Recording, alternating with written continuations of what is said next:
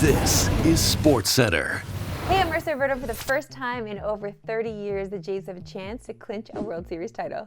And the good news for Toronto is that history is on their side. Since 1925, nearly two-thirds of teams that go up 3-2 after winning Game 5 have gone on to win it all. Plus, the Jays themselves seem to know a thing or two about winning in Game 6, as they've won 5 of 7 Game 6s in franchise history, which includes Game 6 of both the 92 and 93 World Series, which were both title-clinching games. And with all that history, the question has to be whether or not Toronto will repeat that history tonight. Well, our friends at FanDuel, surprise, actually don't seem to think so, because they've got the Jays as underdogs heading into Game 6. And that's almost certainly because of Yoshinobu Yamamoto, who threw a complete game of one-run baseball in the Dodgers' Game 2 win. And don't get us wrong, he's an exceptional pitcher, and he could cause some serious problems for this Blue Jays lineup. But let's not count them out yet, especially when maybe the best man for these situations in all of baseball is back in the lineup tonight. And that, of course, is George Springer. Yesterday, John Schneider announced George is expected to return for Game 6, and that's literally perfect timing for the Jays. In 4 career games, when his team could win it all, he's been phenomenal. So even if he's not 100% healthy, we know he'll be ready for the moment. And if the rest of the team shows up as well, we could be looking at an all-time night for the Toronto Blue Jays and Canada as a whole.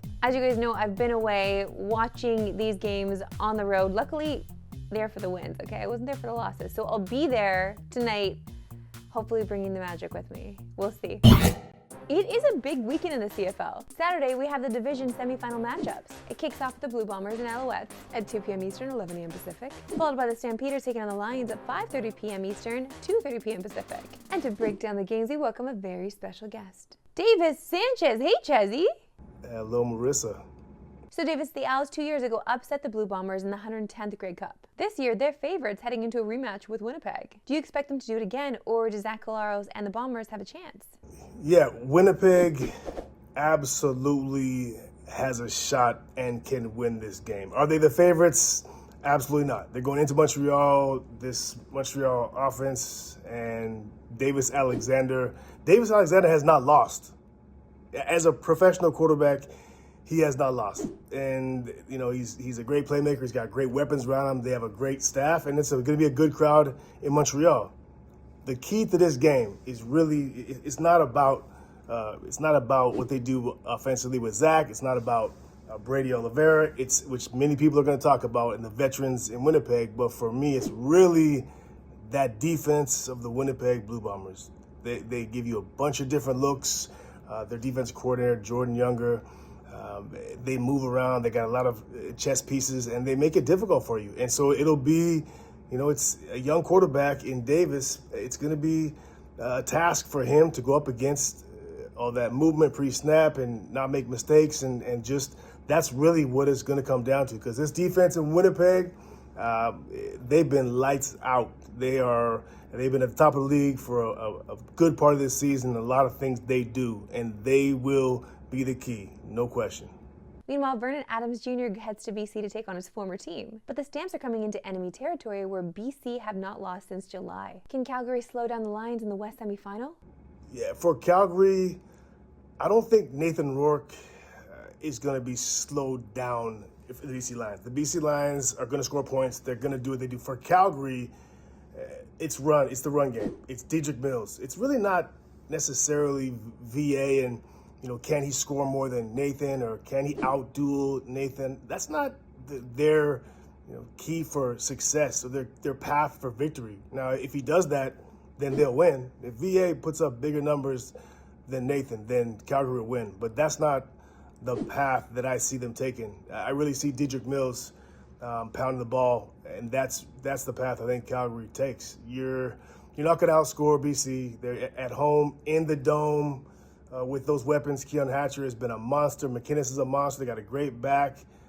I think that the way to slow down this BC offense is to keep them off the field, and you have a great running back in Dedrick Mills, Calgary does, and just pound them. And that's really, I believe they'll try to do that. In the CFL with 3 downs, you can't, run the ball over and over and over again. If you're not having success, you're going to be forced to pass on first down to get yourself, some first downs to stay on the field. But it's, for them, they will definitely come out and try that. So keep your eye on Dedrick Mills.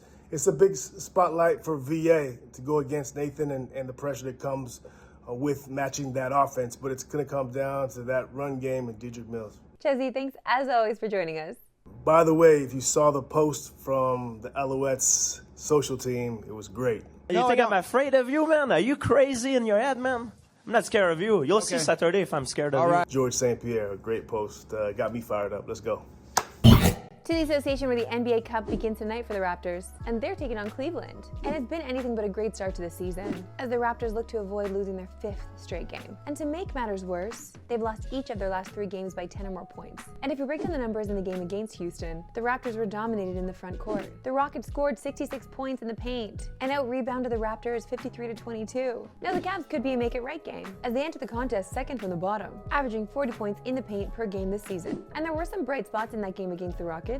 That was Scotty Barnes and Brandon Ingram combining for 60 points. And with the absence of Jakob Poeltl, who remains out with a back injury, another silver lining for the Raps was rookie Colin Murray-Boyles, who stepped up and scored 13 points in his first career start. So there are pieces that are there for the Raptors. And you can catch the action right here on TSN. Raptors game day begins at 7 p.m. Eastern, 4 p.m. Pacific. Time now for the CFL Preview, powered by FanDuel. And we're going to focus on the rematch of the 110th Grey Cup, the Eastern Semi-Final between the Blue Bombers and the Alouettes. The Owls come into this one boasting a 28-11 record at home in the playoffs. And with Davis Alexander still undefeated as a starter, it's no surprise that our friends at FanDuel have the Alouettes at 6.5-point favorites. And if the Owls are to get the best of the Blue Bombers tomorrow, that will no doubt land the shoulders of Davis Alexander. And we like the over on his passing yards at 285.5. It sounds like a high number, we know, but he's gone over that mark in 3 of his last 4 starts, including 328 yards in his last start a couple weeks ago. Once again, you can catch all the action on TSN right here tomorrow. It's a division semifinals, starting with the Bombers and Owls, followed by the Stamps and Lions. And before we go today, we have a special guest. There's a chance you've seen his Blue Jays reactions go viral. Good boy, Barger. Oh, hey! Come on! Get out!